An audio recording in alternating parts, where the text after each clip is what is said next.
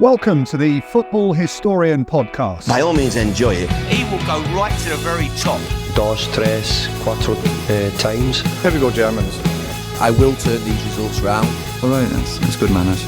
There's animosity, but there's no fight. If you can't beat them, join them. How do you make me feel sick if I look at you? No, I want to fight here. Don't drink, don't sleep with women, don't drive fast cars. Sometimes may be good, sometimes may be shit too!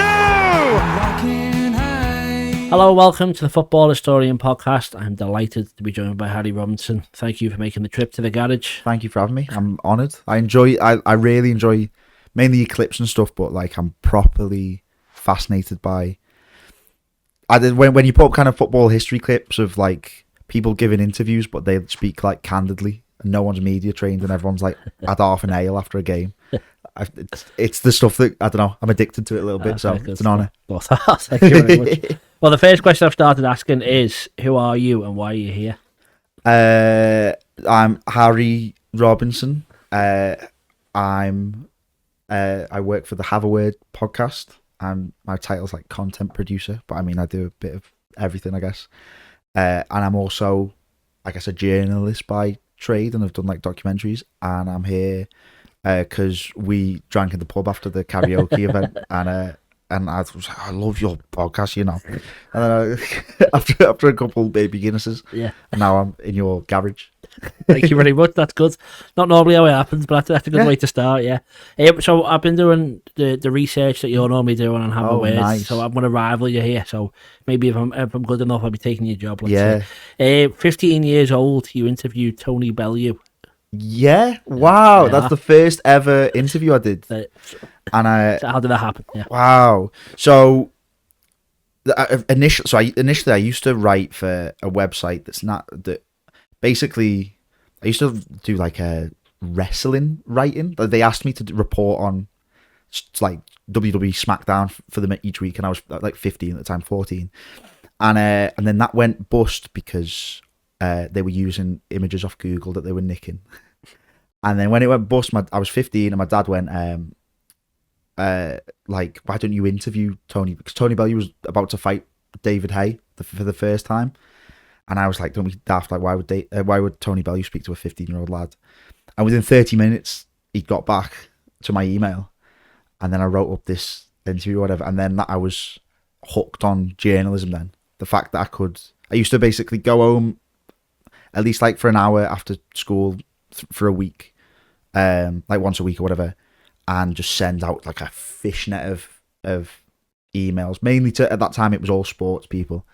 So then following that, I did like Ricky Hatton was the second one, and then boxers were always easier to kind of get hold of. I did Darren Till, and then I started doing like press for charity football, for Wigan charity football matches. There's a fella called Mark Hayes who's like legendary in like lower league, like non-league kind of northwest football, but he put on these mad charity matches with Wigan legends, so like Roberto Martinez was playing when he was manager of Belgium.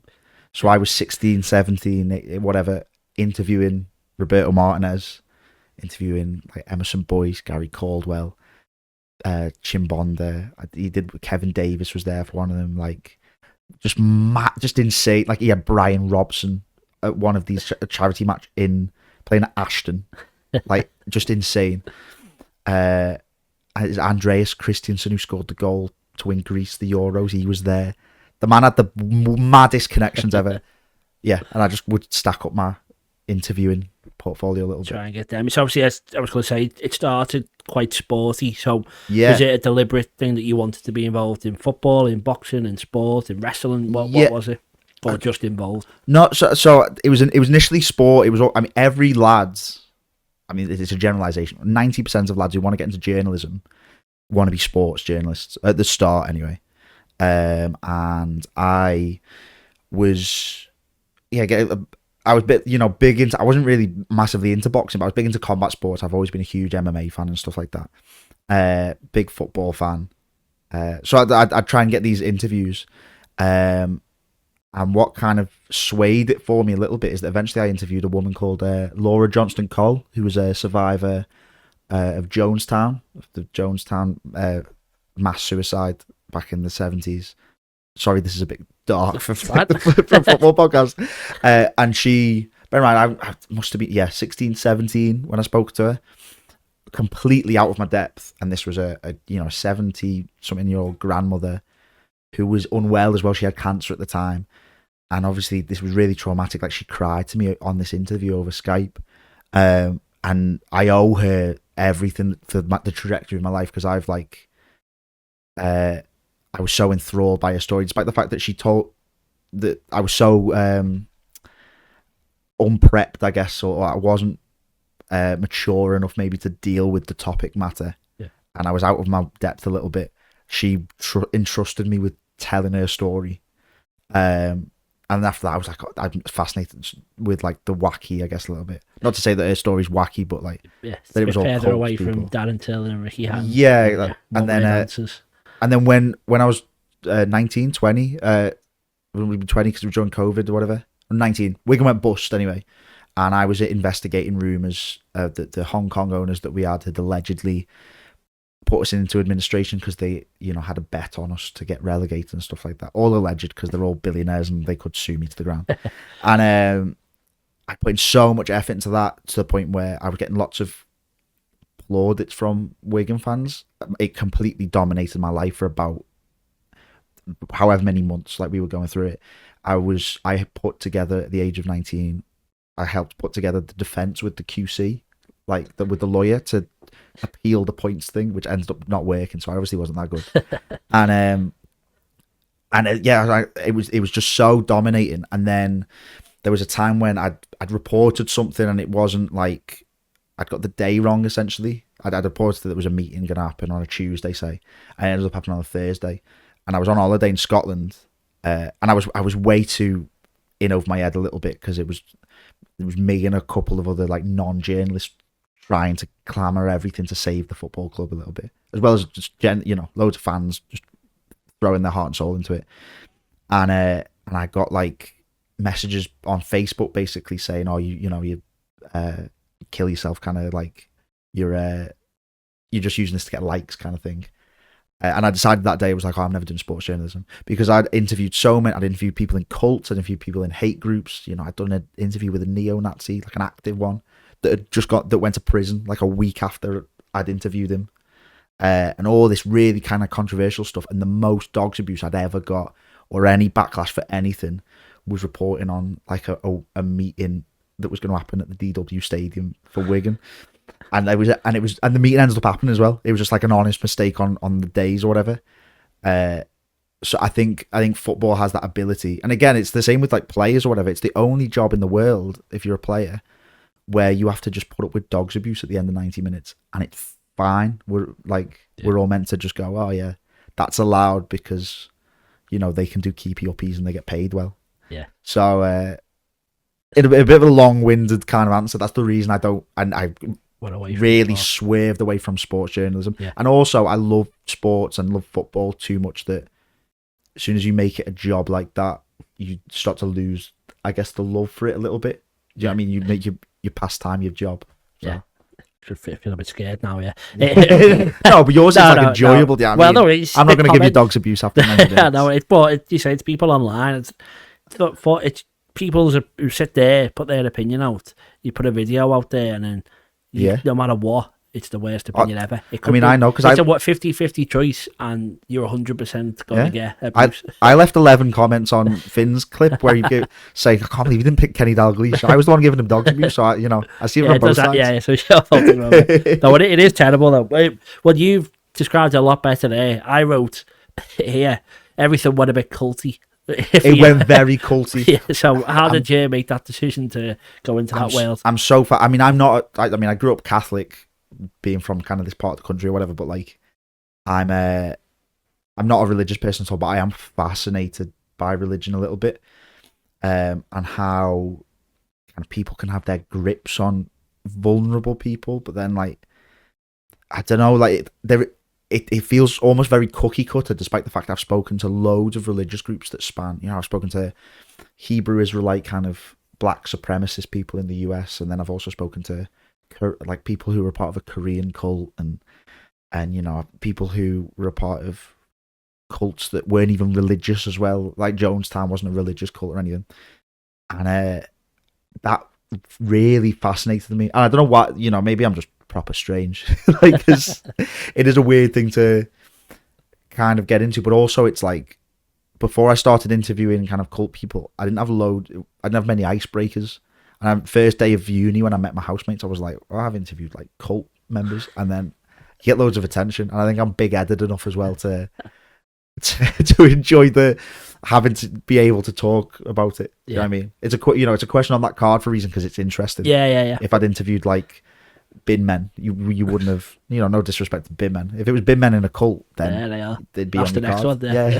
They're ruining it. Well, I was going to ask you about a few cults that I know you've looked into, spoke to people, and then obviously you've done a lot of research. You've got a lot more to say than that. But just if you could sum them up to people as to why these are weird, and then we'll go on. Yeah. So the first one, maybe a bit more of an obvious one, is the Westboro Baptist Church. Westboro Baptist Church. So I've interviewed a couple people from there actually. But the Westboro Baptist Church is a church based in Topeka, Kansas, who believe very hateful beliefs in terms of mainly against kind of the LGBTQ community. Like they use a lot of slurs. They do a lot of hate preaching as well. They hold these signs up. They'll go and picket the funerals of soldiers or the funerals of like AIDS victims and stuff, because they kind of believe that if you've died that way, then God has meant for you. It's God's plan to mean for you to die that way. They're a horrible bunch of people. But they had up until however long ago, they had Fred Phelps, who was the founder, who was like, he'd give these sermons where he'd say that people were going to eat their babies and mad stuff like that. All these cults have someone at the top that's just a bit mental, and they've tamed down a little bit. I mean, they're still hateful. When he died, because you lose that kind of figurehead. Pushing it, yeah. But like they're just very hateful. They're maybe not as wacky. Wacky's a bad thing. So I wouldn't go for a drink with any of them, put it that way. But yeah. Okay, that's right. Well, next one, and then this is hard one for me to say. The Workers' Institute of Marxism, Leninism, Mao Zedong Thought. Is that right? Yeah. Wow. So you've done on them. Yeah. So that was a group that was led by Aravindan Balakrishnan. I think that's his name. I think he's still in prison. Did he score the winner for Greece? Cracking volley. And he was a man who, I think he was from India, but based in London. And he had all these women who lived in this house with him that basically he told them that he controlled the world a little bit. He said that there was a satellite called Jackie. I don't know why he picked that name. It's probably dinner lady name for a cult satellite. But that would like basically like if they didn't do what he said would harm them and stuff like that. It like, as much as I'm joking, it's a really sad story because the woman I spoke to was called Katie Morgan Davis, who is Aravindan Balakrishnan's daughter, but she was born into the house that the church, the cult was in, and was told that she had no parents. Told that she was grown in a test tube. Told that she wasn't allowed to leave the house, otherwise this satellite would kind of get a hold of her. And she wasn't. She was 30 when she escaped, so she didn't exist as a person until she was 30. And she is the loveliest and most pure soul. Like I spoke to her and this man John, who's like her friend, and also like John was this kind of character who was almost teaching how the world worked a little bit, as this person who, because she's now been out of the church probably like 12 years now, and like, but just before we'd had the interview, they went to Build-A-Bear because she'd missed out on all that, and like the immense amount of trauma that she's had to go through and then come out of was just insane. But yeah, it's a very small. I mean, it was a very small group. Like the upshot is that Aravindan ended up in prison. He was like 70 maybe when he got arrested or whatever, and was given maybe about that many years, like 70 years in prison or something insane. Like there was no way he was ever going to get out, or whatever. Life sentence 25, so it will be like 20. There's no way he's ever going to get out. Yeah, and I'm pretty sure he's dead now.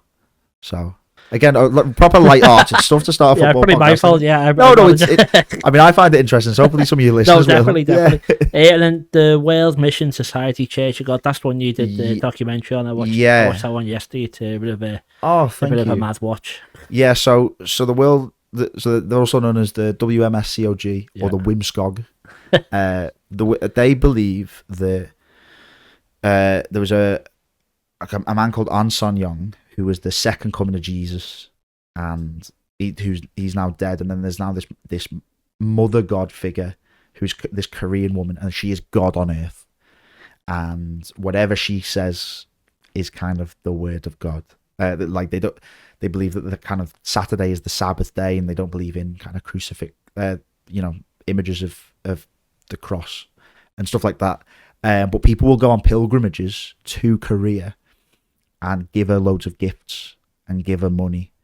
And they are, maybe I should say allegedly, so they're very rich, so I don't want to get sued. Allegedly, they're all about recruiting people, really. They make a lot of money that goes all the way to the top. That's my opinion. Kind of when going into the investigation when I did the documentary, they'd tell people to not have children, because if you have children, that takes away from the church and that takes away from recruiting people. They'd reward people who would recruit more people. They'd go to unis and try and get students who like first year students. They're a nasty group, but they out on the outlook, it's like, look how much charity work we do. And they had like a flash mob video that I saw that was proper weird. It was like them all dancing to like some hymn. So they cover it up, but in my opinion, it's quite, and maybe allegedly or whatever, so we don't get bollocked. It's there's sinister undertones there, I guess. Yeah, well, obviously you watch the documentary, actually, it's a pretty mad watch. Thank you so much. And I talk about backlash that you get off it, as you've said allegedly 4 times there, and I even read the comments on it, and it's like there's a lot of I get some every day comments towards it, and there's people having a go, but it's like you can see it's people from both sides maybe, and you're getting support and abuse. Well, the amount of support that I got from former members is one of the best things I've ever done, because I get messages of people saying that I got them out of the church, or I put them onto resources that has got unbelievable. And the people who helped me and the survivors who have left the church, whatever, who've helped me have been like we're unbelievable the entire time, and I owe everything to them. But then I heard from someone that they played the documentary in the church in like branches, went for like the sermons, and that's why there's been an influx of people who find it and try and shout it down, or it seems to be like there's loads of bots on it.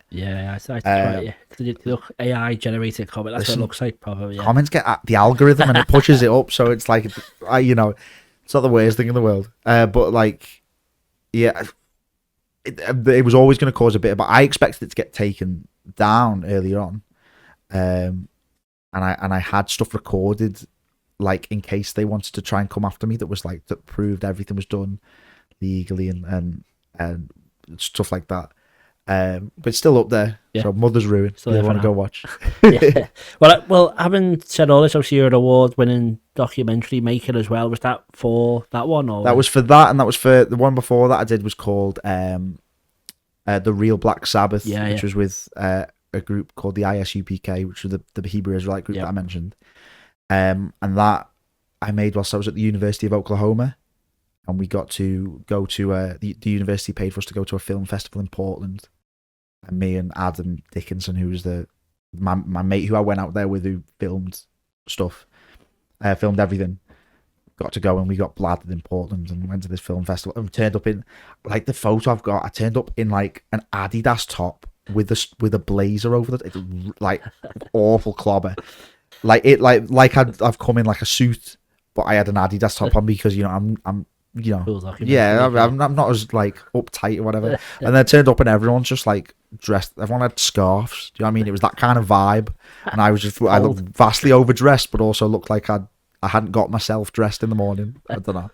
So, we've talked about all this cults, awards. Yet somehow you may be most famous for writing Would You Rather questions. Is that possibly correct? Yeah, absolutely. Do you know what I mean? No one's ever bought me a drink for my documentary work. So I originally was a listener of Have a Word. Yeah. And wrote questions or whatever, and the lads were very complimentary about my questions, I guess, on the podcast, and then I'd get invited to live events or whatever. And then fast forward 4 years, and I'm working there like full time or whatever, doing in the studio every day for all the episodes. It's a bit of a mad, I don't know, roller coaster that I've been on. Like, it stemmed from completely nothing as well. Like, I went to uni to study journalism, and I learnt loads and stuff like that, but I've ended up working for a comedy podcast from it. Yeah. And it came at a good time as well, because like when I was graduating uni, I was looking for jobs in TV, but so I'm epileptic and I can drive now, but when I was graduating uni, I couldn't drive. And you can't get jobs in TV if you can't drive. Really, I mean, like, you know, there are scholarships and there's stuff like that, but if I wanted to be a runner somewhere, I needed a car. So like, there's probably a case to be made that I would have maybe been pressured to go down the more standard journalism route if I was able to, and then I wouldn't, you know, be able to come into work and play darts every day, like just have a massive just like joke about. So I'm very lucky. I have the best job in the world by a mile. Well, that's great. And so just to explain to people what it is, obviously, so you're sat at home writing emails where they're saying get involved in the show, and you're saying would you rather be this or be a chair or be a table or whatever, and then you're writing those in, and then they then say get more and more involved, and now you are like a key part of the show. But could you describe what Have a Word is to someone who's never seen it? Yeah, so Have a Word is a comedy podcast, originally started by Adam Rowe and Dan Nightingale, two of the world's best comedians, and then also kind of co-hosted by producers Finn, who you've had on, and Carl, Sensei Carl, and it's just a daft comedy podcast, really. I mean, we've talked some real just nonsense on there, and then we'll have guests on and every week, normally in the world of comedy, or like normally exclusively in the world of comedy, but we've had like Paddy the Baddie and stuff like that on. And then once a month we'll go and do specials, which is like I'm in charge of producing and helping Will, our amazing kind of director and cinematographer and producer, on the specials specials each month. So we've done like the Red Bull soapbox race, we've been to Amsterdam twice, we've done you know, the lads before I got involved were in Nashville and stuff like that. So again, it's this daft, I mean, really ultimately it's kind of the documentary stuff that I always wanted to kind of do, except we're just with this comedy twist of like most recently like the one that comes out this week as of recording it, whatever, is the farm special. Like we got to just go and be on a farm for a day and like go and, you know, on tractors and that. It was ideal. So yeah, and then obviously from there, so you said you've gone on a roller coaster way, but you're going back a bit more culty again. with your podcast that you do with Carl off Have a Word. Yeah, so under the Have a Word umbrella, it's called Mad That. We're halfway through kind of recording the episodes now, and they're all going to come out at the start of 2025. That is the stuff I was saying about Tony Bellew and the stuff I was doing and kind of age 16, 17, 18 or whatever, especially when I was doing like my own podcast with kind of culty people and you know, people who were like on the fringes of society. This is what that Harry dreamed of. Like we've got a sign. I get, like, do you know what I mean? Like that I can touch. It's crazy. I've got a desk. I've got a seat on a desk. I've got the cameras. I'm like sat there. Like when I edit it, it's this passion project. Because I'm like, I was editing one of the episodes today, and I was saying to Carl, I was like, we're sick, aren't we? Because I was just so unbelievably buzzing with what we've made. So yeah, if anyone who wants to, that'll come in 2025. It's called Mad That. Yeah, and it will be available publicly. There will be early access on the Have a Word Patreon, but it'll be its own thing as well after. Yeah. Well, that's great. Well, if anything, it's shown the perseverance that you did when you sent in a million emails to get Ricky Hatton and a million emails to Have a Word. So the trick is to just email until it happens. I was the most successful stalker up until Fiona Harvey rocked up, and then I've dropped out, I think. It does work though. I don't know where they're the same, but similar. If you just keep messaging people and ask them, you can eventually wear them down. That's why you're here today. Yeah, exactly. I just you know, bullied Dan until he went, yeah, fine, come in. I don't think that's what happened. All right, well, that's the end of the first section. We'll have a quick break and Yeah. we're going to chat a bit more about football and yourself in a second, but we'll see you in a couple of minutes. Hi, I'm Warren, the producer for the Football Historian podcast, and we're here today to talk to you about the Patreon subscription. Yes, so for just £1 a month for the first 100 people, there's a lot of benefits that you get, and I think £1 is a terrific deal. Pittance, Yes, £1 only, and you get early access, which means at least 24 hours before everyone else gets the episode, you get to watch it. There's also an extra section, we call it the Football Historian Podcast Extra Time, and we ask all the questions to the guests that no one else gets to see unless you're a patron.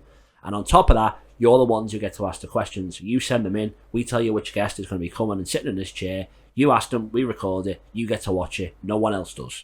On top of that, we do a monthly special. We did one last night. It was a quiz, you were there. Yeah, bedlam and great content. Yeah, so hopefully you can watch that. As I said, we've got a round on Linvoy Primus or Lionel Messi. We've done mastermind stuff, all that. That's going to happen every month. The bigger this grows, we're going to do it even more regularly. Hopefully it'll be once a week. But we need your support. So to do that, £1 a month for the first 100 people. Your early support will be rewarded. From then on, it's £3 a month if you want to support us. If you want to pay £5 a month, you get all that we've just mentioned, but you get a poster. Warren will sign it, I'll sign it, all the lads. We'll get a few of the guests to do it as well. We'll send that out to you. And then for £10 a month, you get all that, the poster, all the early access, and you get a free copy of any of my books. So I've done one on Billy Liddell, Crossing the Park, Tommy Lawrence. They're all worth at least £20. For just £10, you get a copy of the book, all the stuff we've already mentioned. We'd really appreciate your support. We cannot do this without you. This really is a passion project, and anything people can put into it goes straight back into it. We don't take a wage. We're doing this for free. We're doing this because we enjoy what we do.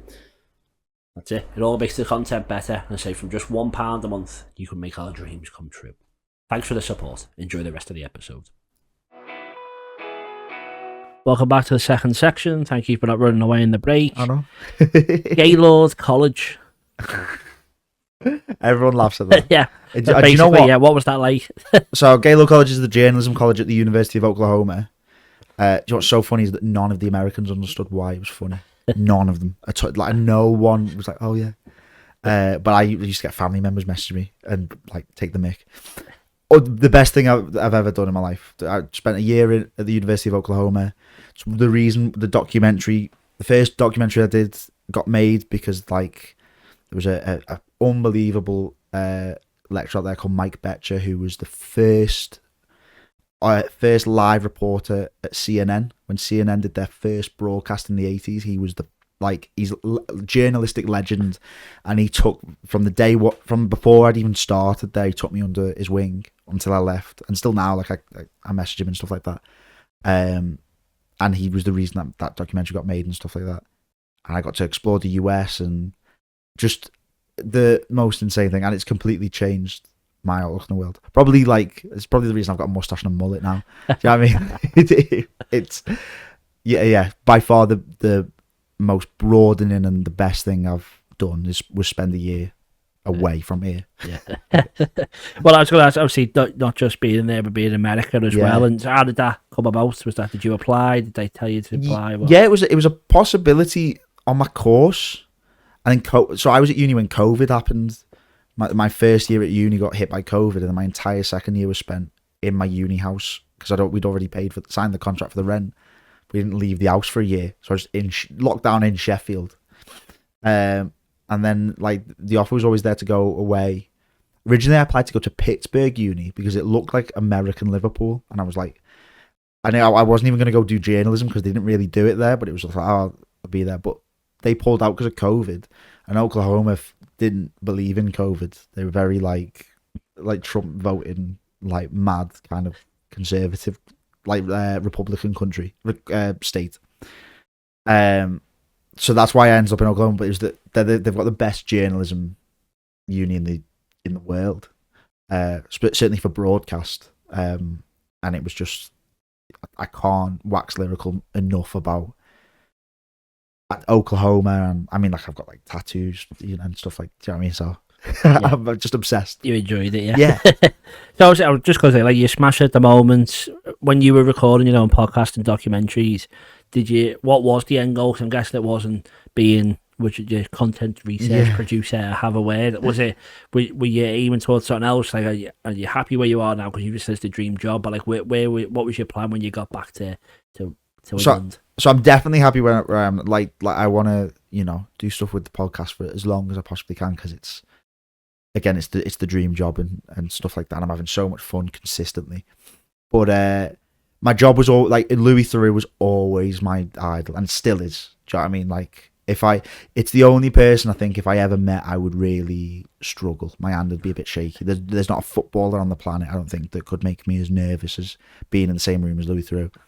And it was to do that. There's not as many. I don't think there's as many kind of proper television documentary filmmakers as there is like in the US, where there's quite a lot and there's a big turnover of them. Whereas if you ask anyone to name you British documentary filmmakers, you've got like, you used to have like kind of John Ronson, he doesn't really do much now. You've got Louis Theroux, Stacey Dooley, Reggie Yates is a good, but like, but again, do you know what I mean? There's not, but no one knows them in terms of like that they do loads of documentaries. There are like people who are like, it looks like they've been asked to do the documentary rather than documentaries. There's loads of celebrities that do documentaries. Olivia Atwood did a really good one, like from Love Island, did a really good one on kind of like it was like financial domination and like sex work and stuff like that.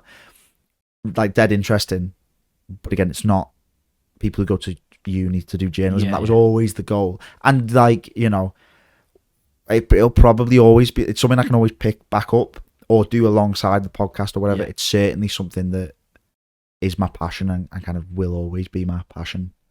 But also I'm so passionate about the work I do at Have a Word as well. Yeah. Like I never want to mess up, I guess. Yeah, but they all seem to have their own thing outside of it. Obviously, the podcast through the middle and everything. Yeah, no, absolutely. Like, we had Finn on, obviously, who does his music. Yeah, and music hosted by two comedians. Yeah. Surely there's still room for you to be on Channel 4 doing a mad documentary about some cults. If Channel 4 want to get in touch, then I'll happily help make them a documentary. If you're watching Channel 4, let us know.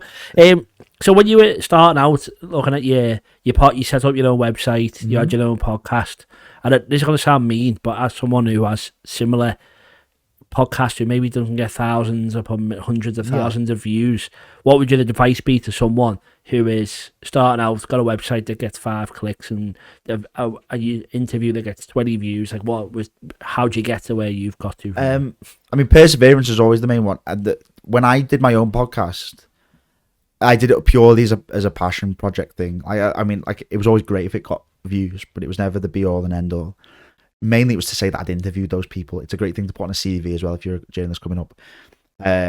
If I wanted to have made anything of it, I'd do the kind of thing that you do where it's like consistent. Consistency is the main one.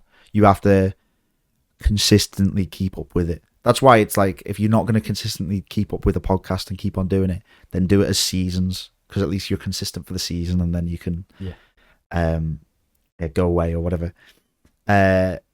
That consistency is the main advice. The person who told me to start a podcast was Dan Walker, who was on Strictly, the journalist. Because I knew I wanted to go to Sheffield Uni, and I was at college, and I emailed him as a famous graduate of that scheme of the degree. Again, just message as many people. Do you know what I mean? And never be afraid to pester people. Just consistently message people. Message Dan Walker, and he was like, "Get on podcasting. Podcasting will be massive." And he wasn't wrong. So, well, your first episode of yours, Bruce Buffer, is that right? Yeah. So that's a pretty mad guest to get as your first one. It's so mad as well because I've interviewed Bruce a couple times. So I did him once on a written when I was 16. I did it when I was in secondary school. I interviewed Bruce Buffer, and then I was like, Bruce, I want to start a podcast. I got told by this journalist, start a podcast. Will you be my first podcast guest? And he was. And then if you watched Carl Day for the podcast, Bruce Buffer does intros for people. That was because I got in, because me and Bruce are like that. So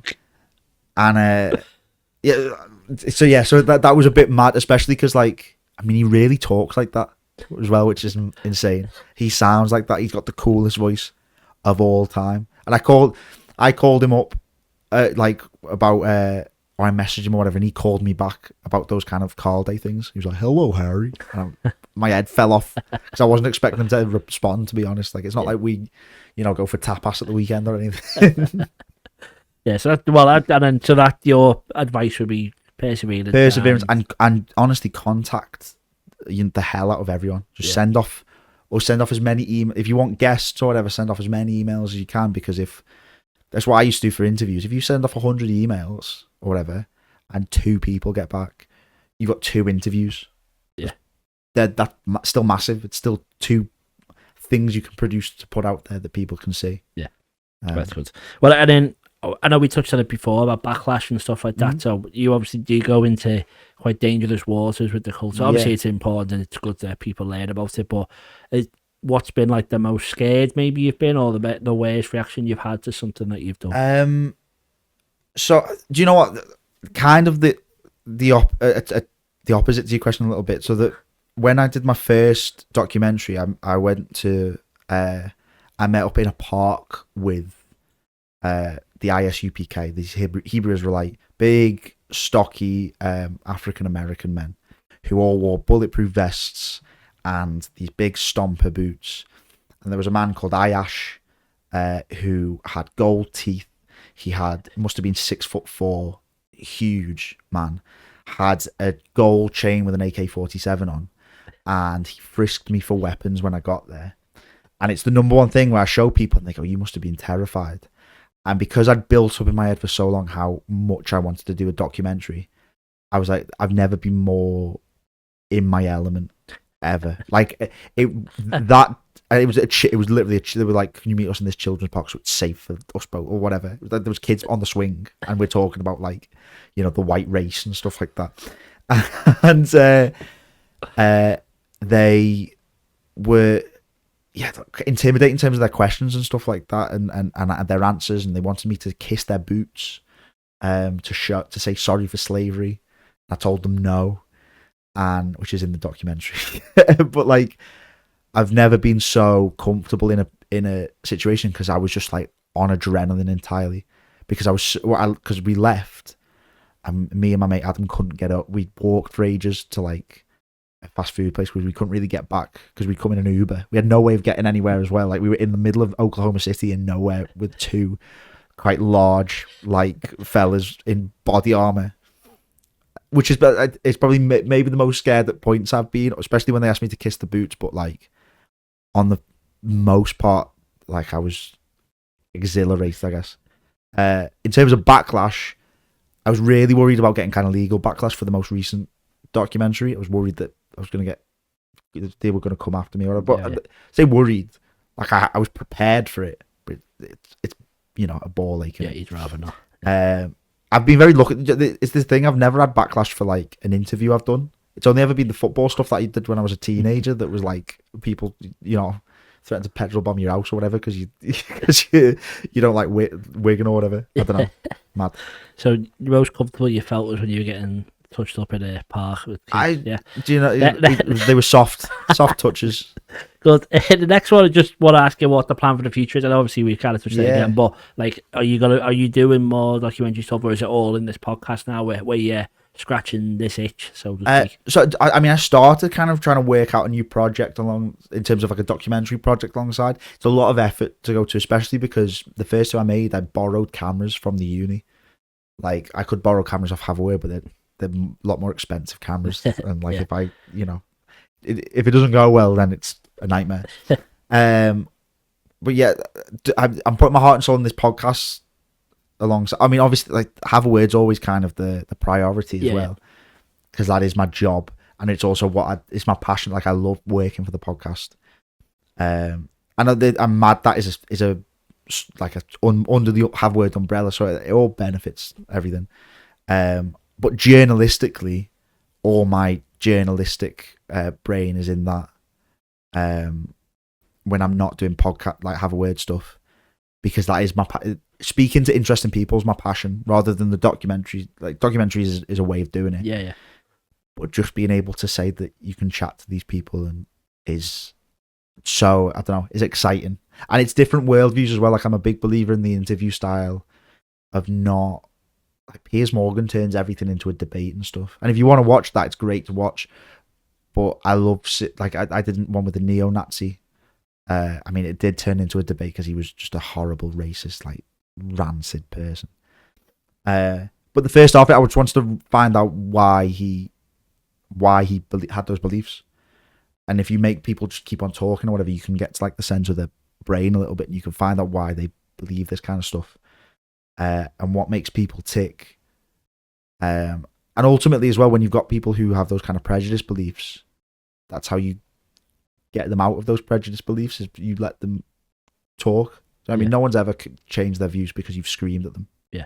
So, but it's all exciting. Yeah, I guess. That's all good. Kill them with kindness. Yeah, it's right. Right, so gear change. Yes. Yeah, from Skem, is that correct? Skelmersdale? Yeah, I mean, like, it's a complicated one. My parents was divorced, so I grew up initially in Parbold. Yeah. I was born in Brighton, but like, really, but I don't remember any of Brighton or anything. Grew up in Parbold, which is like a little sleepy northwestern town. The village, average age of 89. And then after the time I'd been Skem, and then there's not a lot to do in Skem. It's just filled with roundabouts. And then looking at you today, you support Wigan. Yeah. So where does that link come from? Brighton, Skem, Parbold and Wigan? So my dad's from Bootle. Huge Liverpool fan. Used to go home and away Europe and had the Anfield season ticket, whatever. And then he moved down south for work, and for whatever reason, had me down there, and then came back up and couldn't get a season ticket back. I think that is kind of the story he told me. So when but he's always gone to watch football wherever he's gone. When he was down in London, he had a Millwall season ticket, so he could just watch football. And when he came back up, Wigan just got promoted to the Prem. I think he might have gone maybe just before that when they were getting promoted, but Wigan had just got promoted to the Prem, and season tickets, especially during the Dave Whelan era, have always been kind of affordable for especially children. I remember one time when I was a teenager, my season ticket was £99 for the season. Unreal. So I grew up watching Wigan, and I'm a big believer of support your local, or support the team that you go and support. If you're a United fan in London, if you're not going to Old Trafford at least sometimes, do you know what I mean? Yeah. Like, and it's quite rich now because I don't go to as many Wigan games as I'd like to, but also no one's going to give me stick for being a Wigan fan who can't make it to many games. So it's like, you know, yeah, I mean, I'm not glorious, although like we've won more trophies recently than Everton, so that's something at least. Ali, the producer, will enjoy that one. Yeah. Yeah, no, look over. So. Just a quick chat about Wigan then. You're a big Wigan fan? Huge Wigan fan. Okay, good. So, what went right at Wigan to see them initially climb up to league? You said I know it's a bit before your time, but what went right for them to become a Premier League club? Because it was, I remember watching it, I think it was like 2005 when they got promoted, and I think they played Chelsea the first game. Yeah, that was my first football game was that. So I remember like that being like a massive thing, like tiny Wigan have made it. So like, do you know what it was? Obviously, to put you on the spot, but like, I mean, it was Dave Whelan really. Yeah. Like a man who loved, he still lives for loves, but he loved the town of Wigan, loved everything. Like he's a Wigan, like he bleeds blue and white, and he took a club that was almost killed. As far as I know, like again, I'm not massively up with the kind of lore of Wigan hugely, but it was almost killed off by the rugby back in like the 90s when they were looking for an owner or whatever, all that kind of stuff. And Dave Whelan took a club in the old 4th division, signed Roberto Martinez and 2 other Spaniards, the 3 amigos, put them all in Mexican hats and took photos for the press, and then and built this team that had Graham Jones, who I think is he still in the England setup? He was at Newcastle for a while. Yeah. But he was at Belgium as well, Roberto Martinez and stuff like that. He was banging in goals and eventually slowly worked up the leagues. And then there was that championship season that had Jason Roberts and Nathan Ellington, which again is like I'm gutted that I missed that really, because like I've speaking to Wiganers and seeing consistent replays of them as a duo, they're the best strike partnership of all time, and you can shove your York and Cole and all that. It's Ellington and Roberts got like, just nasty. And then, but then Nathan Ellington left it was West Brom or Blackburn, or I can't remember where he left it when Wigan got promoted to the Prem. So I never really got to see them in action, I guess. Days. Yeah. But I think, the trend now is Barclaysman and all that. I think Wigan is early in that era. And I'm sure we'll touch on that a bit in a sec, but what went wrong when they got relegated after they won the FA Cup, and then how come Wigan haven't been back in the Prem, in your opinion? So, Wigan got relegated. I remember the season we got relegated. We had like kind of injury issues and stuff. And also we won the cup when we got relegated. It's never, ever been boring to be a Wigan fan. We were always either punching above our weight or in a relegation battle or in a promotion push. If we were that, like, it's only been like the last year that we've had real kind of like, we're just mid-table in League One. But yeah, so we got relegated, but again we'd been floating around there for ages, and we'd had 8 unbelievable years that no one had, and also like the Barclaysman kind of stuff. The best Barclaysman players are Wigan players. Your Rod Yeagers and your Chimbondas and and all that kind of stuff. The Culture Ultras who came up with the Barclaysman thing, like I've chatted to them before, and Fionn who hosts that their podcast has always said to me, is like, Wigan are the number 1 4 a.m. in the kitchen Premier League side, by a mile, because you could just sit there and say Arjen Dazoo to someone in the kitchen and the red falls off. And then what went wrong? Dave Whelan had to say he was getting older and his health wasn't very good. He gave the chairmanship to David Sharp, who eventually we got relegated. Do you know what? A lot of time it's been poor managerial appointments. We had Owen Coyle when we first were in the Championship. A horrific appointment. His assistant manager, so Wigan's rivals Bolton, his assistant manager had a Bolton tattoo on his arm. Awful. And also he's a Bolton led, long time Bolton manager, Owen Coyle. Insane. Then we had Uwe Rosler, who was good, and then we had Malky Mackay, who had got appointed after he got sacked from Cardiff for homophobic jokes or whatever had come out. And some of every time we've been relegated, we've had a horrific managerial appointment. It's very rare, except for when we went into admin. We went into administration twice. But the first time we had Paul Cook, who's a great manager, but then still dropped down leagues. But we had Warren Joyce, who was Man United's youth coach, wasn't suited to. That was a weird time. We had Gabriel Obertan playing for us in the Championship. It was really strange. We had John Sheridan recently, who was horrific. Colo Torre last season is the worst manager we've ever had. And everyone forgets that we had Colo. The players would come out onto the pitch and they wouldn't have a warm-up set up, and they just kick balls at the advertising hoarding and it bounced back to them, and that was the warm-up. Because Colo Torre hadn't told them anything. But I don't get how he played at such a high level. Yeah. surely he warmed up at one point in his career. He had quite a long career. He must have had at least one coach there as well who probably could have let him warm up, you'd assume. I don't think any of them were very good. Not to disparage them or whatever, but yeah, I think poor managerial appointments like that, and then poor ownership. Two lots of poor ownerships back to back that have ran the club poorly. The first bad ownership with the Hong Kong ownerships, especially, they were poisonous for the club. But now things are looking up. They've levelled in terms of we've been a couple of days away from the club not existing before. As long as Wigan don't fold, I'm happy. I'll watch it. Or if Wigan folded and got restarted and they had to be a Sunday League team, I'd still be a Wigan fan. Do you know what I mean? Yeah. My favourite years of watching Wigan have been in League One as well, by a mile. Maybe because that's more the age that I coming of age. Yeah. Watching Wigan, so I've never bothered what league they're playing in. It's more how the clubs run.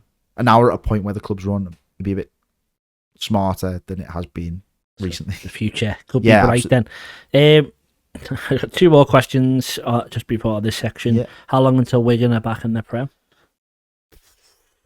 I don't know when my grandkids can watch them. I think maybe. I mean, I don't see it any. It's weird. We're in an era now where you can make that jump to the Prem if you catch it right. Ipswich have just done back-to-back promotions. Pains me because Sam Morsey, their captain, was at Wigan, and the only reason we lost him at Wigan was because of administration. And he's a fantastic player. And Christian Walton, who's there, we had him on loan for a couple of seasons. Like, things could have been so much different. Where, like, if you'd asked me before Wigan had gone to administration, things were looking bright. It'll be a long time before we can get in the Prem. We never say never, but also I think, like, if we can get into the Premier League, the gulf is so massive now. Like, I like, it wouldn't be enjoyable. Do you know what I mean? You just get battered every. The Premier League isn't the be all and end all for so many teams. If Wigan are pushing for the title in League One or promotion League One, I'd rather that a million times than Wigan being 19th in the Prem and scraping like a dodgy win away at Southampton. Like, it means nothing to me. Yeah. That's fair. And then the last one is, which former Wigan player or manager is most likely to start their own cult? Ooh, that's a brilliant question. Colo Torre, like, he wouldn't have anywhere. He wouldn't be able to warm them up. That's such a good question.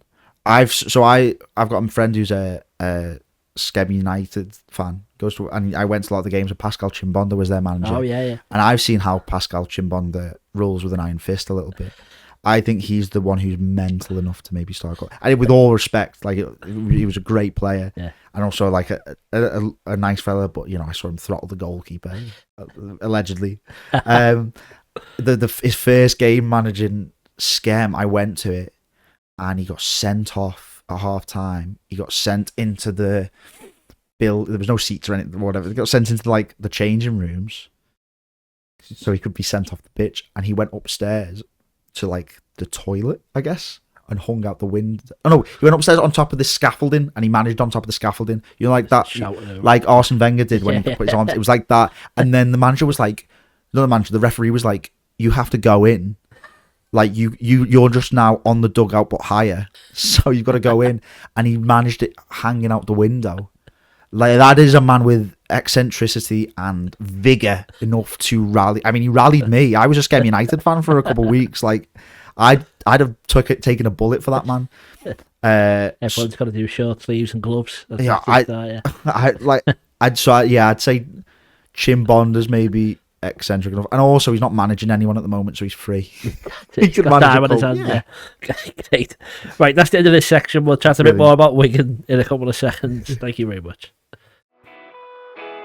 Welcome back to the next section of the Football Historian podcast. Sorry, Pete, I'm really sorry to interrupt you, but where'd you get that shirt from? Oh, this Lazio number's just from Classic Football Shirts. Where'd you get yours from? Thank you. Mine's from Classic Football Shirts as well. Wow. Well, when I bought my shirt, I used the code TFH10 to get 10% off all orders. Did you use the same? I did. I used a discount code. I think it was the same as yours. Oh, TFH10? Oh, that's great, because if you want to get 10% off all your orders, you can use TFH10 at classicfootballshirts.com. Unbelievable deal. Right, welcome back. Third section. Just talk a bit more generally about football now. Culture out the window, don't worry. If you kind of already said it, but what's your first game or your first memory of football? So it's a weird one. So it's my first game, and I remember bits of it. I'll give you the first game I went to, definite, and then I'll give you the first game that I remember weirdly vividly. First game I went to was a Wigan opening game of the season of the 2005-06 season. Wigan versus Chelsea, where Wigan held their own the whole game, and then Hernan Crespo scored at the end. Broke Wigan hearts. But so that was the first game I went to. But again, that was a season where Wigan were kind of written off. I mean, we finished 10th that season, and they were written off as the underdogs, and they showed that they could kind of keep up. Like, could have left that game, certainly with a point. Yeah. If it wasn't for Hernan Crespo, which I think is, a solid person to concede to. And weirdly, one of the first games I vividly remember, and I actually can't remember the score of it that well, but I think it was 3-2. Wigan played Charlton in the Prem, like Darren Bent's Charlton, I think. And I don't know what, I just remember the goals. That's the first time I think I really took in a football atmosphere and enjoyed it, like, viscerally.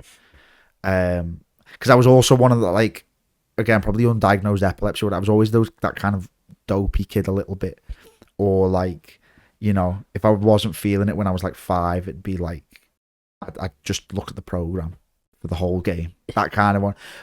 But I think we moved to go sit with someone else in the East Stand in Wigan, and at Wigan, and we scored, and I remember it being just hectic, and that's maybe the first true, like, passion of football moment, I guess. And I don't know why. I've probably got the score wrong as well, but I remember vividly Wigan versus Charlton. And so Charlton have always had this weird, like, I've always had a bit of a soft spot for them because of that. Yeah. And also they dealt with when they went to admin about the same time as us as well, and dealt with their owners really well. So spirits, like, yeah, absolutely. Right. So what's the best game that you've ever watched or seen, or? I mean, in terms of the kind of, so I've probably got two. My favorite game is my favorite away day. When me and my friend Powell went to and like everyone else, we always used to travel around, going to Wigan and stuff like that. End of the season, went to Doncaster, had to this must have been 17-18 season, had to win the game to win the title, and I don't think scored for the whole first half, and then second half is facing the away fans, and we'd sold out an obscene amount of the ground because it was a big game for us. And Will Grigg scored, who just such an unbelievable finisher.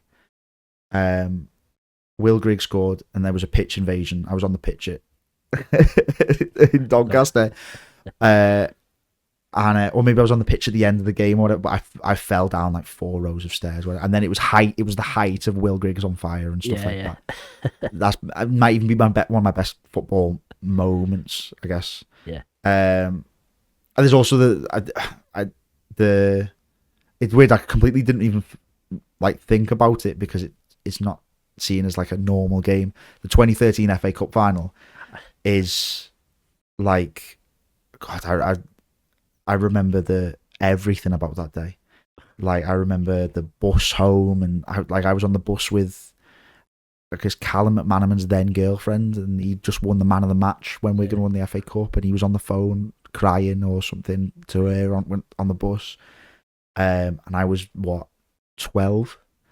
Like, I went with my stepdad, who is a big Wigan fan, but at the time I'd maybe only known him like a year or so, and like, and I love my stepdad to bits, but I credit that game with bringing me and him closer, I guess. Yeah. As like a lad who's just started secondary school, and his mum's just got like a new fella and stuff like that. Something that me and my stepdad have, like, this shared passion, because it was just me and him, and I've got like this. There was a photo ended up at the back of the Times, and it was of me in a jester hat with all these flags and like Wigan stamps, I guess, on my cheeks. Just like everything about that game. Roger Espinoza in that game is so underrated. Like, no one talks about how he was everywhere. Roger Espinoza was all over that pitch that entire game, and I remember watching it, maybe because I wasn't watching the right things during the game because I was like 12, but like just going like, that was unbelievable. As a player, like, even off the ball, his pressing and stuff like that. Yeah. At the age of 12, I was just shocked that a man could run that much. And he's like that Roger Espinoza, a footballer that no one really ever, unless you're like I haven't heard that name in a long time. Yeah, I think he's playing for like the real Salt Lake City or something. Unless you're like a Salt Lake City fan, like, no one's really talking about Roger Espinoza. But yeah, no, that's a pretty well. Any fans of the show? We had the Chase and one of the lads, special subject. he's a Liverpool fan, and his special subject was the 2013 FA Cup final. So I could give him a run for his money, I think. Well, I've got the quiz. We might do it later for you. Go ahead. But next one then is, what is the greatest era of football? Of football in general, so not just Wigan football. Not just Wigan. I think it's a weird one. The best is, and this is probably hack because we're coming after this Barclaysman thing, but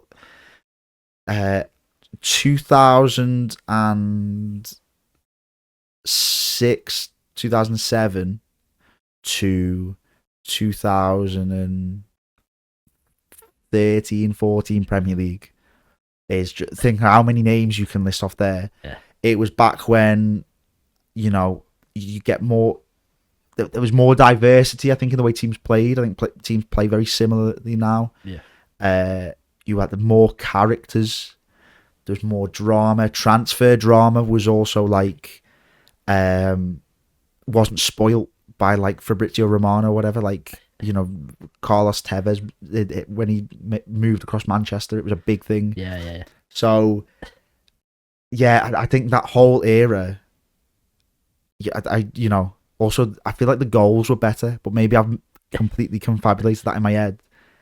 And you were having like one like Amir Zaki at Wigan, just like his bicycle kick against Liverpool. Yeah, he scored at Anfield against us. I remember. Just like that is peak football, not just peak Barclays or whatever. Like that is the pinnacle of what football is. But also with like early 2000s, it's before my time, but like Ronaldinho was one of the first players that really stuck with me as a footballer, I guess.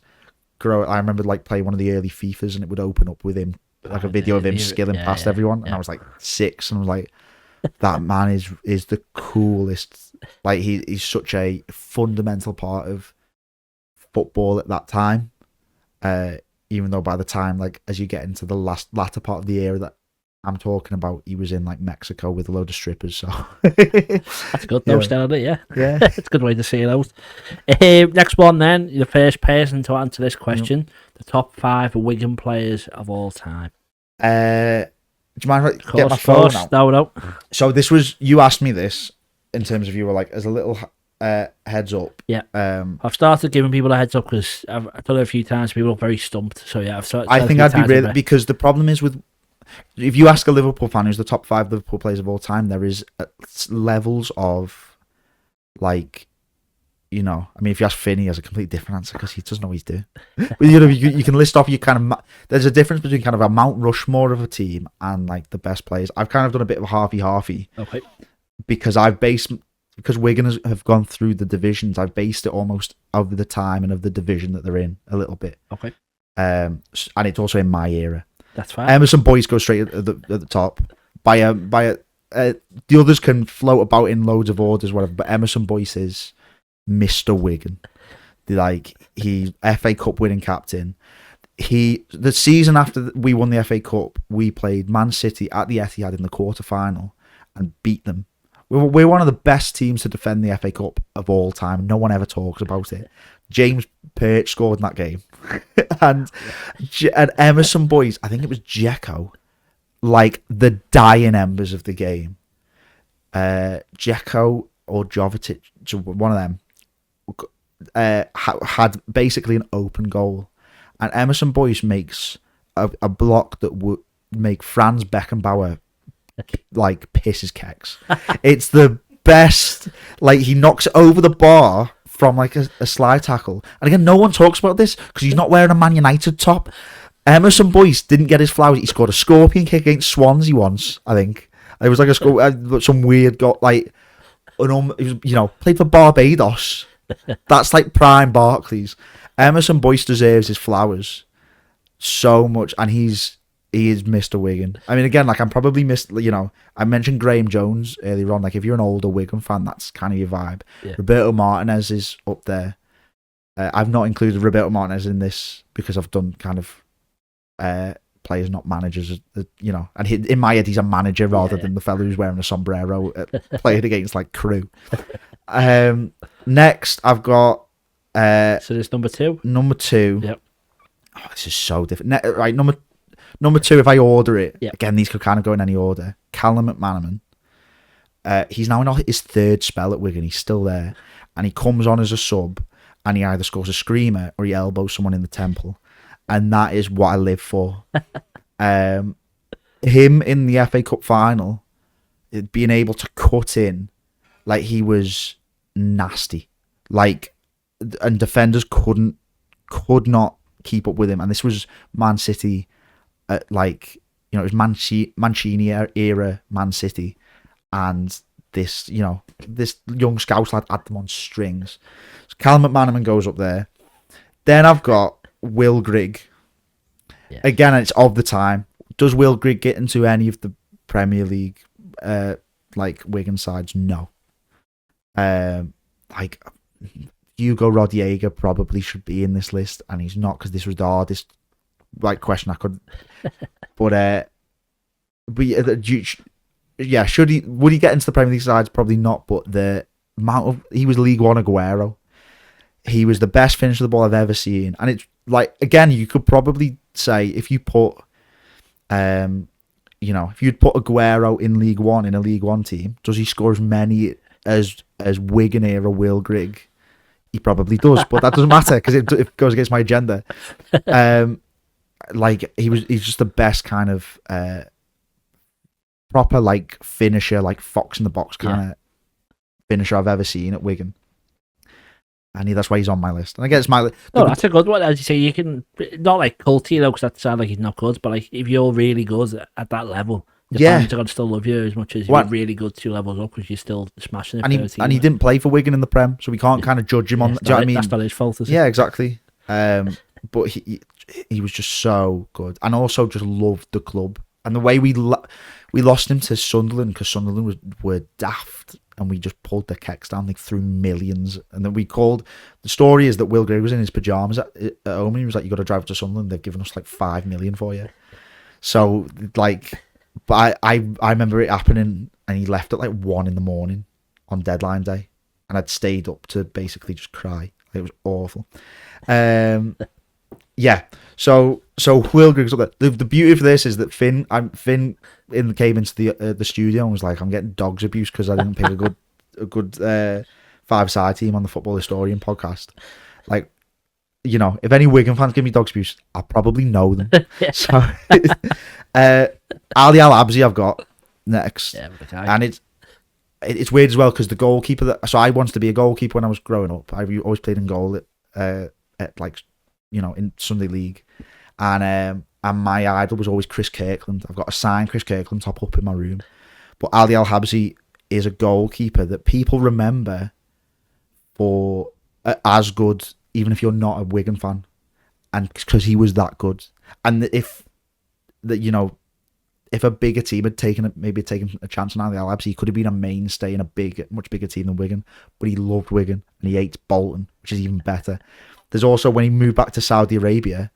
He's from Oman, but when he moved to the Saudi League, I think the entirety of the Middle East came out to welcome him. He was like a deity coming out, and everyone was like, because he's a god. He's like the only Omani footballer. It's him and just 10 other people who the plumbers and bin men and stuff like that. So so I've got Ali Al Habsi up there. He's probably the best goalkeeper we've ever had at Wigan, certainly by talent. So yeah. And then I've got a really, really rogue one. And this is, if I'm going to get any dogs abuse, it'd be this. Right. I've got Reece James. Oof. So we had Reece James on loan. It must have been the 18-19 season. It was his first ever season in professional football. The season before he'd won the FA Youth Cup with Chelsea. Had never played it. He made his professional debut for Wigan, playing right back, and single-handedly kept us up. He is the most, if you're going off the level of talent, he's probably the most talented player I've ever seen don a Wigan shirt. And it's so sad how the narrative around Reece James has become, he's injured all the time. Because there were times back when he took Chelsea to a Champions League that was like, this is England's number 1 right back. But when he was so influential as a fullback at the age of 18, having never played professional football before, that we played him in midfield for the latter half of the season, because around him it just wasn't working. And this was like Will Grigg when he couldn't bang in goals in the Championship. He was allergic to the Championship a little bit. But Reece James, as an 8, he was so good in that loan spell. We gave him the captain's armband for his last game. The lad was 18 years old and a fullback. Yeah, you know, no one grows up wants to be a Gary Neville. That's the famous quote. And he was electrifying. He scored a goal. He scored a free kick against Leeds. Like, he could do everything.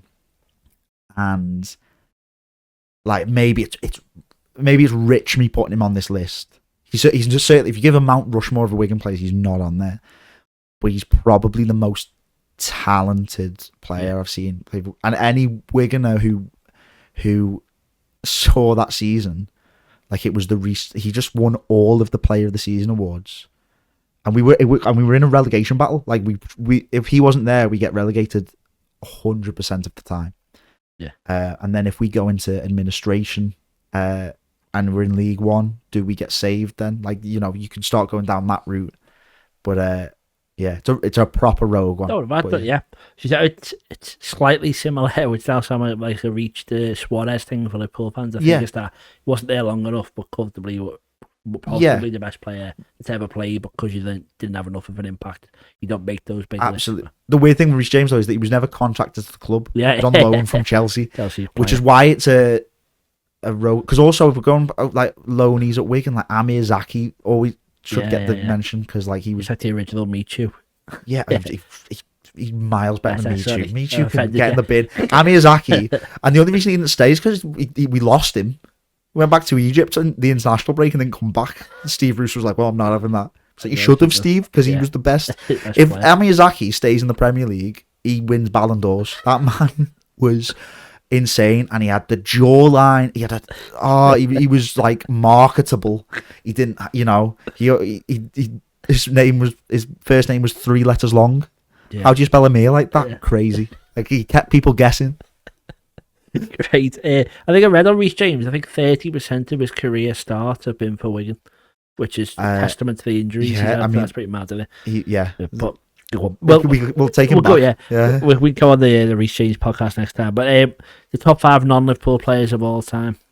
Non-Liverpool, non-Wigan. Non-Wigan players of all time. Sorry, that is the good says here. Yeah, because I'm not used to. Sorry. You can put Liverpool players in. That's fine. I don't know any. I've got no Liverpool players in. Non-Wigan or Liverpool. No, do you know what? Yeah, the non-Wigan part really didn't need to be. Like, I'm not that delusional. Maybe Jordi Gomez gets 6th, but Messi and Ronaldo. I mean, it's Messi, a million steps, and then it's Ronaldo. Like, it's just inarguable. Although, like, the Ballon d'Or argument, I don't really like, because there are so many like Ballon d'Ors given out that were given out at time. I mean, both of them deserve to win, the majority of them. Yeah. But like the one that Messi just won, you know, and like if you go back to the Ballon, like, you know, Thierry Henry should have won a Ballon d'Or ahead of Pavel Nedved, and he didn't. Not that I'm going to lose any sleep over that. But yeah, and then Ronaldo has to be that. I mean, I dislike the fella, but also, like, I listened to Finn's episode and he didn't have him in, and I think that's just because he's a Liverpool fan. The fella played for United, but the best thing that Cristiano Ronaldo ever did was get 2-footed by Arjen Dazou, and I'll stand by that. I've got Maradona. Nice. Again, like, it's almost a bit rich because obviously I never saw any of Maradona play, but I've seen videos of Maradona play, and I've seen testimonies of the players that played around him, and he also, like, hit the World Cup that he won for Argentina when they, you know, when he scored the goal against England. One, it's possibly one of the best goals, if not the best goal scored of all time. But also, like, the man then transcends football. Like, at a time post kind of Falklands Wars or during the Falkland Island kind of issue, he transcends football and becomes an Argentine god.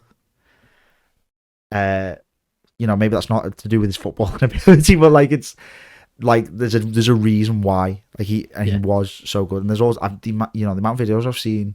I always get on my TikTok. It's like big fat Maradona turning up at testimonials and doing like mad. Yeah. Like, he blatantly had the talent born into him because he just has a knack in the same way that Messi kind of did. Maybe that's unfair on the amount of graft that Messi put into it, but something in the water in Argentina. Then I've got R9, like just one of the most clinical. Like when you see the goals that like Ronaldo Nazario scored, it's like some of them are mad, some of them make no sense. Like his dribbling for kind of an out and out striker was unbelievable. So I've got R9 there, and then I've got Ronaldinho, which is again I touched on it. It's very much one that I'll get dogs abuse for, maybe because like there's a weird. I don't think so. No. I think there's a weird thing now. There's a glaring omission of Pele in that list, because there's a weird thing now where as soon as you get further onto the generation, the current generation or whatever, the new generation, then slag off the image of the older players gets diminished, because Drogba's the prime example of that one. Drogba as a player was fantastic, but he doesn't have the goal scoring stats to show that he's insane. And everyone's bothered about XG now, which again, I'm big into stats or whatever, it's very useful, but to base your opinion of players on, it's like, Yeah. And I think, like, I remember seeing clips of Ronaldinho and catching little bits of Ronaldinho growing up that made me excited. Yeah. Because he is like football personified. What he could do with the football was so cool. He carried football culture for a big period. Yeah. Front of FIFA, and he was like, selling Pepsi or whatever he was doing. So I've got Ronaldinho there. There is so much, Zidane probably should be in that list, and you can't be upset with Ronaldinho. I think they did a thing in the Premier League where they asked all the players their favourite player, and Ronaldinho won out of all the players they asked. So, and then it was Moussa Dembele, so because he gets into all the lists. Yeah. All right, that's great. Well, then the last one on this section is your all-time five-a-side team. Okay, have that. So please, when I obviously I'm taking this as if I'm going to five-a-side, these are the five-a-side, or if I'm if I'm building a five-a-side team rather than a team of football players, they've got to come with one, the ability to play five-a-side, but also five-a-side's a culture. You go to the pub afterwards with five-a-side. So in goal, I've got René Higuita. Nice. He's good with his feet. He's a bit of a wild card. He'll probably dribble out and score, which is good for five-a-side. And also, he has some connections with Pablo Escobar, so the after party's getting me mad. Like down at the Fox and Duck, like René Higuita is getting us hooked up. But then, like, you need a sensible man at the back, but you need a man as well who's also comfortable in midfield. So I've got Philipp Lahm. Nice. I think also, like, obviously he's a great player, like great defensively, but also can bring it forward. And then also at the pub later, he's stopping people from getting off the rails. Like, we've got a big match next week, like against third in the table. Like, come on, let's not overdose on cocaine, René. That kind of stuff. Then I've got Nick Powell. Nick Powell is my favourite Wigan player of all time. Nick Powell could have been a Premier League starter comfortably if he wanted to, but he didn't want to. Like, I think he's still playing for Stockport at the moment. He went from Stoke, and he was one of Stoke's best players at the time, and Stoke were in the Championship. When he was at Wigan, there was a game he played against Rotherham, and I'm pretty sure he scored a hat-trick in that game, but certainly, so we were 2-0 down, came on as a sub, and it then turned it into 2-2, and then the end of the game, they had a goalkeeper called Lewis Price, Rotherham, who used to play for Palace, and Rotherham were on the attack, and Nick Powell just decided to stay in Lewis Price's box and got Lewis Price to jump on his back like a piggyback. There's only one photo of it to prove that it happened, because no camera picked it up. But I remember I was in the stand and watched it, and they were like having a bit of a joke or whatever, and he carried this is 96th minute, carried him out of the box, like whilst he's on the back of Nick Powell, and then dives on the floor outside the box. So it's not in the box. So it's not as like a big of a decision to make. It's not a penalty or whatever. Yeah. But he's jumped out the box. Rotherham are on the attack. Stop the game. And because Nick Powell's on the floor rolling around. And the referee goes to the linesman and goes, what happened? And he goes, well, the goalkeeper jumped on Nick Powell's back. And it looked like they were having fun. And then now he's on the floor. So it is a foul. And they pulled back the attack. Gave us the free kick, 90-something minute, and Nick Powell whipped it in top corner and scored. And it, again, scrap the FA Cup final. That's my favourite ever game.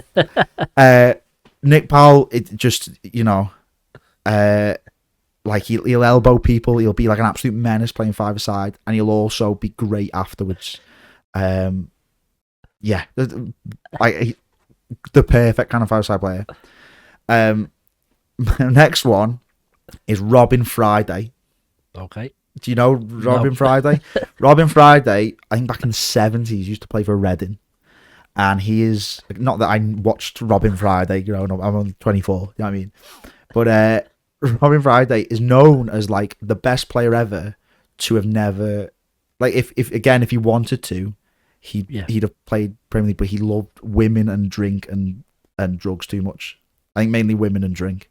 I think he just like George Best. He looked like George Best as well. There's an album by the Super Furry Animals or something. He's the front cover. He's like a bit of a cult icon. And I watched a documentary about him once, and I just saw that he just loved women, loved ale. So again, he's perfect. And also, if he's meant to be the second coming of Pele, but playing for Reading, he's in the five-a-side. He's made it. And then up top, Emil Heskey. Yes.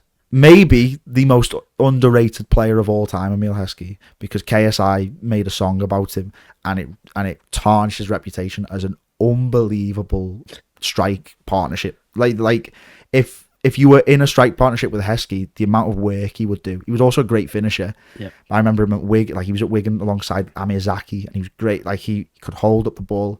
He was one of those players, a bit like Drogba, although Drogba obviously did it at a high level and won more accolades and was better. That for when kind of scoring goals in his goal statistics for the betterment of the team, I guess he was this great partnership striker, which is what I want in my five-a-side team if I'm on the touchline with a couple of cans and a suit on. And also he's a DJ.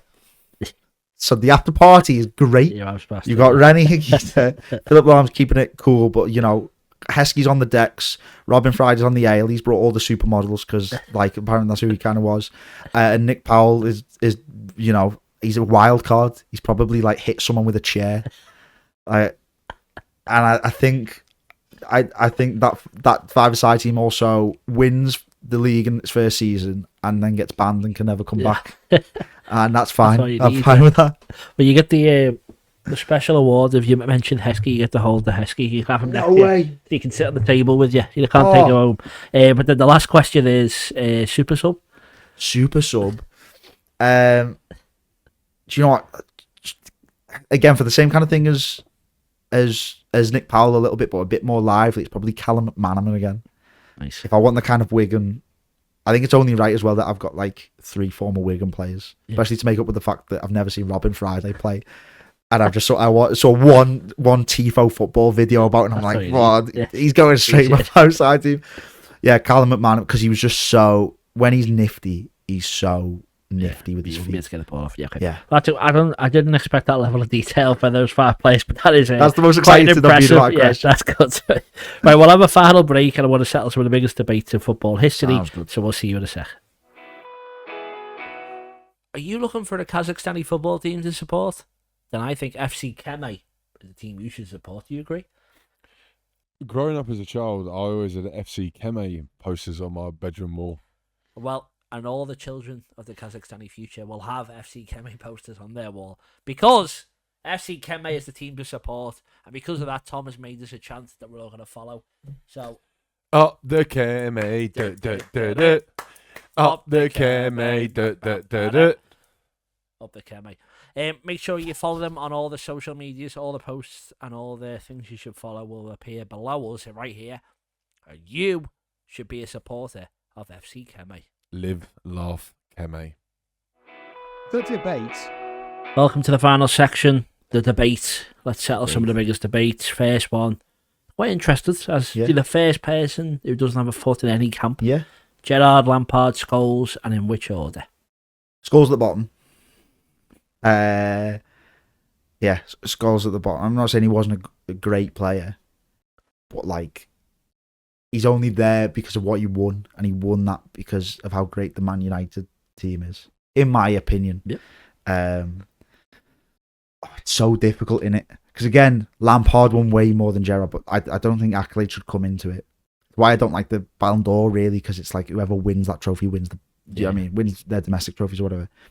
I'd probably go Lampard, Gerrard, but I think that's tight in terms of Gerrard at the top.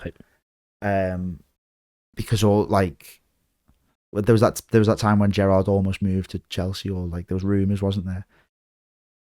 I think if Gerrard goes to Chelsea, he becomes maybe bigger than what, or I don't know. It's really difficult. The both of them are, the amount of goals that Frank Lampard scored as a midfielder is ridiculous. Yeah. But I think for technical ability and also his ability just to put his foot through it from like 50 yards and it goes in. Yeah. I'd go Gerrard. But I'm not going to disagree. Next one, Pele or Maradona? Maradona. I think Pele is probably the most overrated footballer of all time. Again, do you know what? This caused a debate because I asked my dad's opinion when I left the house. I said that I'm going to do a podcast with Peter Jones, and he said, the Dragon, and I went, no, the football historian. And I was like, who's your most overrated footballer? He was like, I don't know. And I was like, well, because I think my answer's going to be Pele, because you gave me a heads up on the question. I was like, my answer's going to be Pele. And he was like, no, because he's from the era, because he's ancient. He saw Pele play. And I was like, yeah, but he played against, bricklayers from, not Rosario, that's not it, from Santos or whatever. Do you know what I mean? And he only did it in Brazil when football was so, is he a great footballer? Absolutely. But just nowhere near, I don't think, the level of Maradona. I also think he lied. When after his death, his goal tally went up because he'd scored some goals in the garden that they'd forgot about, whatever, or we found some Pele goals. There's that one that he made up that he bounced off two fellas' heads against Juventus and then did a bicycle kick and it went in, and they reenacted it. It was like, this is what Pele said happened. It's like, I don't think you can judge him as much as you can judge how great Maradona was, because all of the footage of Pele is blurry and the defense is nowhere to be seen, and I don't know. Yeah, maybe that's harsh on Pele, but what's he gonna do? Maradona is my pick for that one. Just in his defence, I scored an overhead kick from the halfway line in a game once, and no one who wasn't there believes it ever happened. And people still don't believe it happened. I believe it. And it happened. I can assure you it happened. Yeah. That's all I need. That's all I need. So in Pele's defence, sometimes the unbelievable does happen. To be fair, I've not met anyone who believed that happened for Pele. So I've not met anyone who believes I did that either. That's fine. Next one is Messi or Ronaldo. Messi. It's just such a non-debate now. It was maybe a debate before he won the World Cup, but it was still Messi. And what Messi can do with the football, Ronaldo dreams of a little bit. Do you know what I mean? But again, maybe it's because Ronaldo's very easy to dislike as well. The way he handles himself. I think it's a big thing as well that the Ronaldo goes to back to United. Obviously, United was a mess anyway, but made them worse when he played. He makes Portugal worse when he plays now because he's past it, I guess. But he demands that he should play, whereas Messi made Argentina better, and he's waning as a player, and they carried them to a World Cup. He's winning everything with Inter Miami, and he's on his holidays, and he's just on his holidays with mates or whatever. Yeah, so it's 100% Messi. Yeah, right, that's a good one. And if Messi and Ronaldo are the best players of the last 10-15 years, who's third best behind them? I think Iniesta. I mean, when you say the last 15 years as well, because that nullifies, obviously, R9 is before that, and there's loads of players that kind of nip into that slightly. But yeah, I think if you're talking about the best at their peak in this era, I think it's Iniesta, because I think Iniesta, one, made the really difficult seem really simple. It's why like people don't talk about Iniesta as much. He only retired recently. Yeah, like, do you know what I mean? Week, yeah. And he's his dribbling was just unreal. His passing was unreal. He could score screamers. He scored important goals. He scored the winner for Spain. Yeah. In the World Cup. Like I think he has something like 130, 140 caps for Spain. At the, a Spain team that had consistent players rolling off and on, who were brilliant. And Iniesta was always the mainstay. I think if you stretch that period back a little bit, then it's maybe a toss-up between Xavi and Iniesta. But I picked Iniesta over Xavi because I think Iniesta's best football came after. It came in that period where Xavi's maybe crossed over, but was just a bit before as well. Yeah. It's a good. I think it's the first time we've had him, but also nowhere near incorrect. So it's a good nice one. Next one would be club or country. So I normally say, would you rather be captain of Wigan to win the Premier League or captain of England to win the World Cup? But maybe they're two different questions. But what would you prefer? Wigan. I'd rather Wigan win a corner than England win. I mean, it's weird, right? Because and again, I'd never call myself a Scouse or anything. I have, Scouse roots, but I'm around. I have such maybe kind of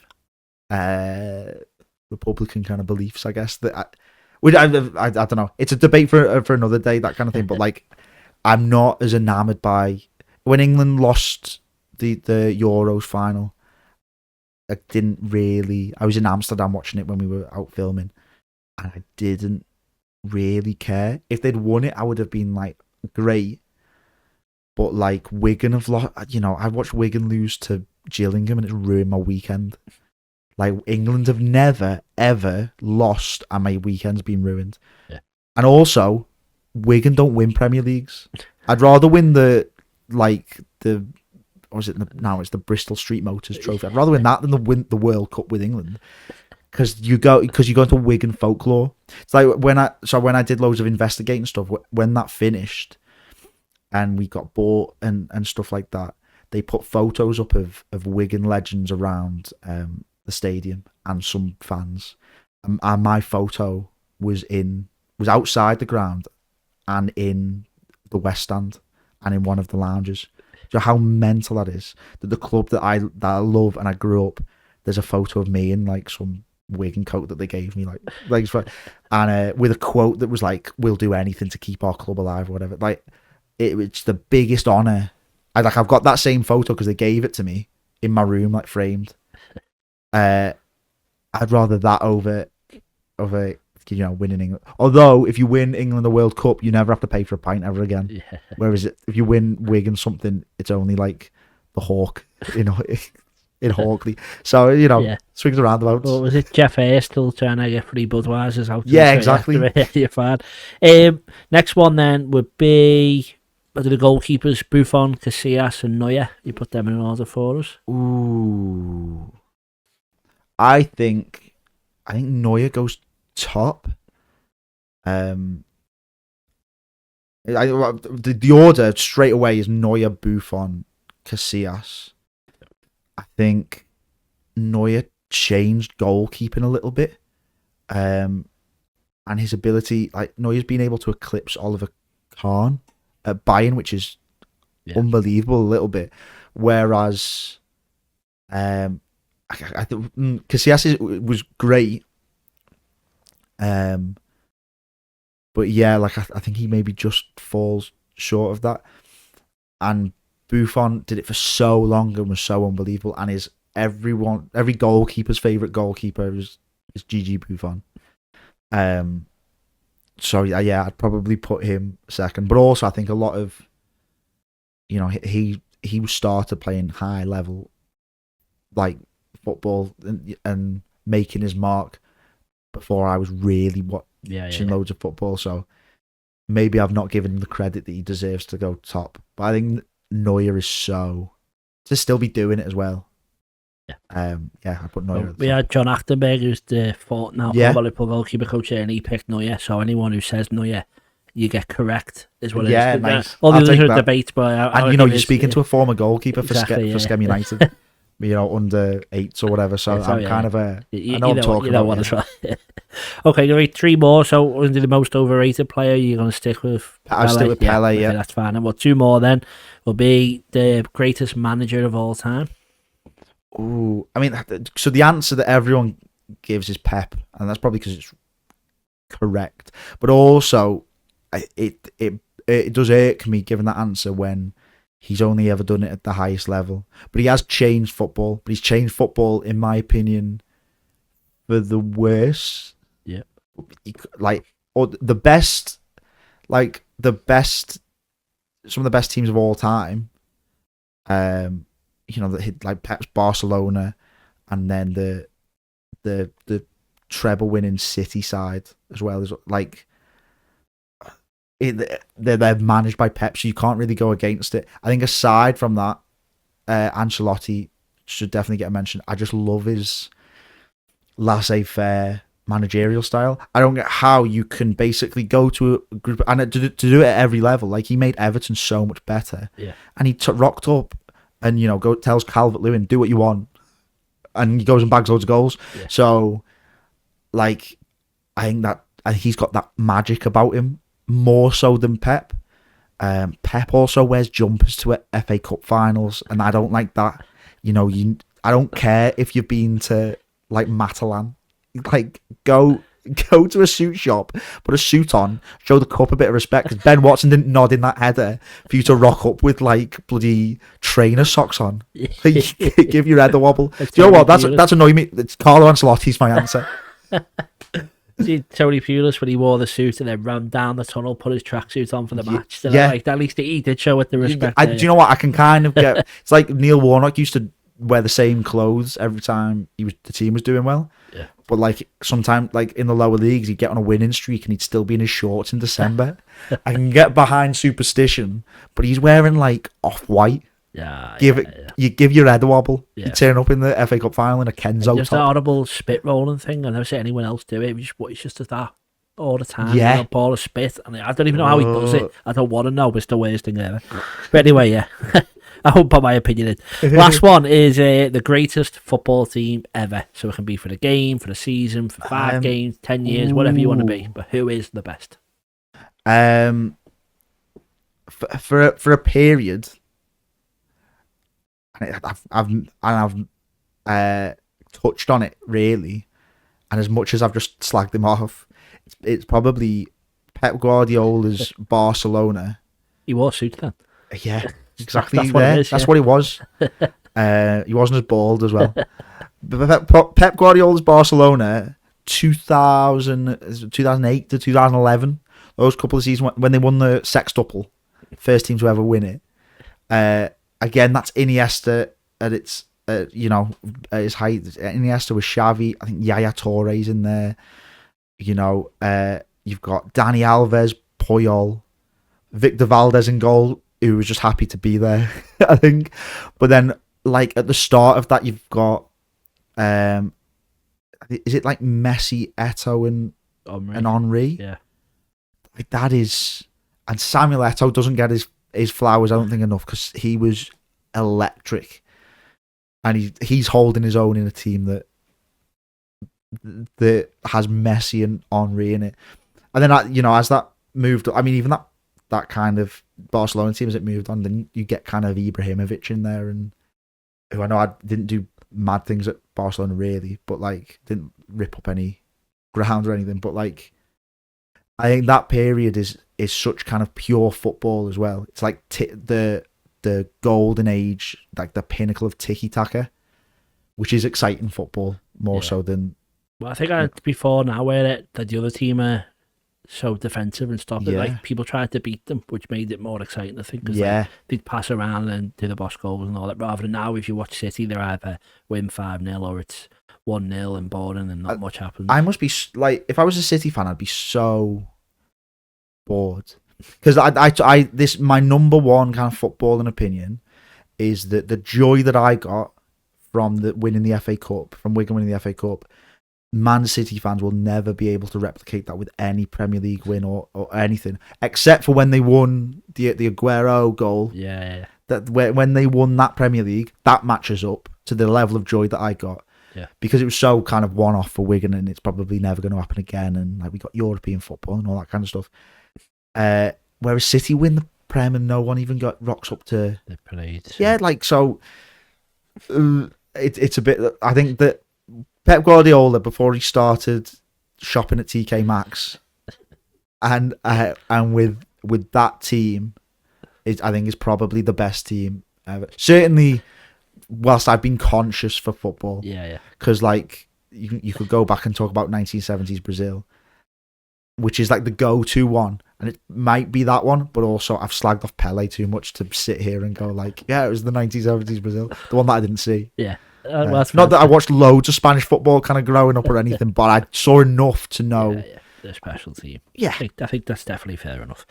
Right, well, that concludes our chat. Definitely the debate. So thank you once again for coming in. Honestly, it's been a real pleasure, because I think maybe a lot of people who see you nowadays might think you're just the bloke who wrote loads of emails, but the more you look into your stuff, you wrote loads of emails for other stuff. But no, you've done a lot of interesting stuff, and you're still very young and smashing it, so I think people should be inspired by what you've done so far. Thank you so much. Thank you for coming in. Thank you so much for having me. It's been I'm just best. ticking all the have a word off. Well, I'll put a word in for the other ones. Yeah, but if you want to watch the documentaries that were mentioned, Mother's Ruin, Unmasking the WMSCOG is one of them, is the most recent one, and then The Real Black Sabbath, which are both free to watch on YouTube. Yep. And they're both like 30 minutes each, so they're not too much of you. Yeah, I watched one on a lunch break. Oh, perfect. Nice. They're lunch break documentaries. Yeah, that's great. Yeah, there's your new series. All right, well, boss, thank you so much for joining us. We appreciate it, and thank you for watching at home. We'll see you next time on the Football Historian Podcast.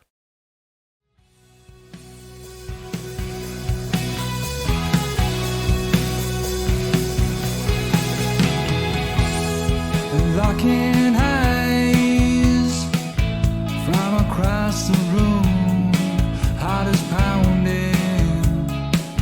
What do I have to lose?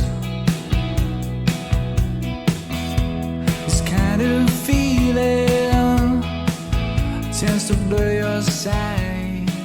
Is it love?